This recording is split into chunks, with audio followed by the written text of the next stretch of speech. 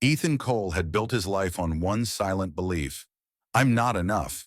He didn't remember where it came from. Maybe the nights his dad came home tired from 2 jobs. Maybe the teachers who told him he was bright but distracted. But at 34, standing in the glass office of his failing startup, he could feel that old sentence pulsing through every bone in his body. The funding was gone. The team was restless. The rent on the downtown workspace was overdue. And deep down, Ethan was sure of only one thing: I always mess things up. That thought, invisible but constant, was shaping everything around him. Ethan used to love Mondays. He'd built his startup, Blink Hub, on caffeine and conviction, an app meant to help small businesses visualize their goals. But lately, every Monday felt like a rerun of failure. At 7:12 a.m., he sat in his car outside the office, hands gripping the steering wheel, scrolling through an investor's email. We've decided to pass for now. The concept feels unclear. That word burned, he muttered. Of course they passed. I can't focus. I never finish things. Maybe I'm just not built for this. He didn't know it, but his brain was listening, filtering every sound, every email, every tiny clue to prove him right. Because that's what the brain does. It filters reality through what it already believes. Inside his head, a quiet part of him, the part that had once dreamed big, was fading under the noise. That night, he went home to his small apartment, sat on the couch surrounded by empty takeout boxes, and opened a random YouTube video titled, You Already Lie to Yourself Every Day. He almost skipped it, but something in the voice caught him. The speaker said, You lie when you say you're not good enough. You lie when you call yourself lazy, stuck, or unworthy. So if you're going to lie to yourself, lie in the direction of who you want to become. Ethan chuckled. What kind of woo-woo nonsense is this? But then he listened a little longer. The voice talked about a part of the brain called the reticular activating system, a mental bouncer that only lets in what you believe to be true. It mentioned confirmation bias, Hebb's law, and how repeated thoughts carve new neural pathways. It said, your brain doesn't believe reality, it believes in repetition. For some reason, that line stuck.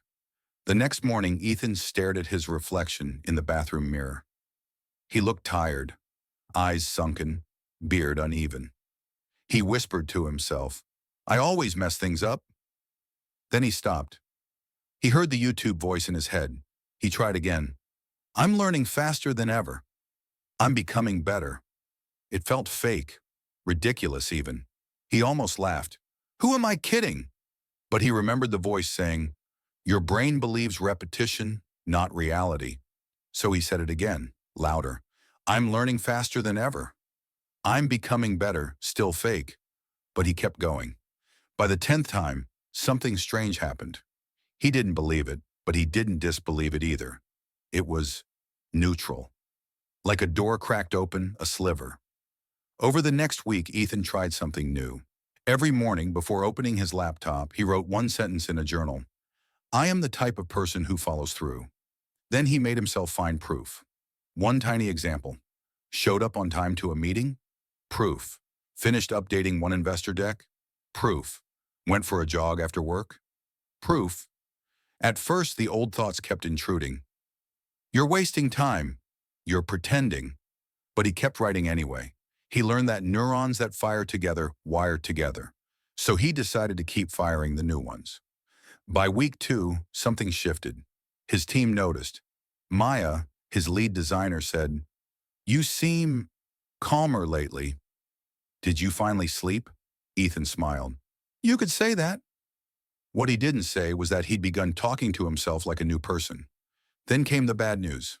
The biggest client, a retail chain that made up 60% of BlinkHub's revenue, canceled their contract. The company's account balance dipped into red that Friday afternoon. Ethan drove home in silence, the weight of failure pressing on his chest. He sat in the parking lot again, same spot as before, and whispered, I knew it. I always screw things up old script, automatic. Then something in him snapped. He hit the steering wheel once, hard, and shouted, No, not yet, but I'm becoming the kind of person who figures it out. Watch me. He didn't even know where it came from. It just came out. He got out of the car, walked 5 blocks to a coffee shop, pulled out his notebook, and started brainstorming. He wrote at the top of the page, "Future Ethan." Then underneath, "I am resourceful. I always figure it out. I turn setbacks into strategies." He started sketching new ways to pivot the company. At one point, he realized he was enjoying it, even though everything was falling apart. That night, he emailed the team, "We're pivoting. Monday, we brainstorm new verticals. No pity party. Let's build Blink Hub 2.0. He hit send, and for the first time in months, felt alive. The next 30 days were chaotic, but Ethan kept repeating his new script. Every morning, "I follow through. I always figure it out. I'm becoming unstoppable." At first, his brain resisted. The inner critic mocked him. But over time, the voice softened. The team started noticing his consistency. They mirrored his energy.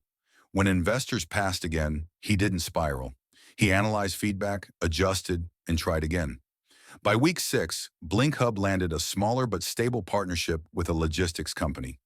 It wasn't glamorous, but it was survival. And survival, Ethan realized, was progress. He understood what the YouTube speaker had meant. You're not bad with money. You're not lazy. You're just believing the wrong lies. He was finally choosing the right ones. One evening, after a long day, Ethan visited his old mentor, Clara, a retired psychologist who'd helped him years ago when he first started his business. Over dinner, she asked, "You seem different lately." "What changed?" Ethan smiled. "I started lying to myself." She raised an eyebrow. He laughed and explained the whole thing. The RAS, Hebb's Law, confirmation bias, how he'd been rewriting his identity one sentence at a time. Clara nodded slowly. "That's not lying, Ethan. That's programming." He thought about that. "So it's not fake?" She leaned in. "Was it fake when you used to say you weren't enough?" "You believed that too. And it wasn't true either. You just practiced it longer." Ethan froze. She continued, "You don't become who you are by discovering the truth. You become who you are by rehearsing it." That line hit him like thunder. Months passed. Blink Hub stabilized. Ethan moved the company into a smaller office. But this time, he designed the space intentionally. On the wall above his desk, in black letters, he painted, "I am the storyteller, not the story." Every new hire had to write their own empowering lie on the wall. Maya said, "I'm a creative person who finishes what she starts." Jonah said, "I'm learning faster than ever." Ethan still said, "I always figure it out." One morning, a new intern named Ava asked, "Why do you call them lies if they're positive?" Ethan smiled. "Because the first time you say them, they feel like lies. But say them enough, live them enough, and they become your truth." She nodded slowly, thinking. "So, it's like fake it till you make it?" He grinned. "No, I'll install it till it's real." That night, after everyone left, Ethan stood alone in the office. He looked around. Same man, same name, but somehow entirely new. He thought of the line from the video, "You never walk through the same river twice, because it's not the same river, and you're not the same person." He realized that even if every cell in his body had changed in the last 7 years, his story had stayed the same. Until now. He whispered almost like a prayer, "I'm not the story I've been telling myself. I'm the storyteller." And in that moment, something quiet but profound clicked. He wasn't lying anymore. He was creating. 1 year later, Blink Hub wasn't a unicorn, but it was profitable. They'd built a loyal client base and a reputation for resilience. Ethan was invited to speak at a tech conference in Austin. As he stepped onto the stage, lights bright and crowd buzzing, he began his keynote not with a success story, but with a confession. "I used to believe I wasn't enough. That was a lie. The problem wasn't the lie. It was that I believed the wrong one." We're all lying to ourselves every day, telling stories about who we think we are. The only question is, are your lies building you or breaking you? He paused, scanning the audience. Your brain believes repetition, not reality. So repeat who you want to be until your mind has no choice but to catch up. Because identity isn't a fact. It's a story you tell often enough to make it real. The crowd went silent, then erupted in applause.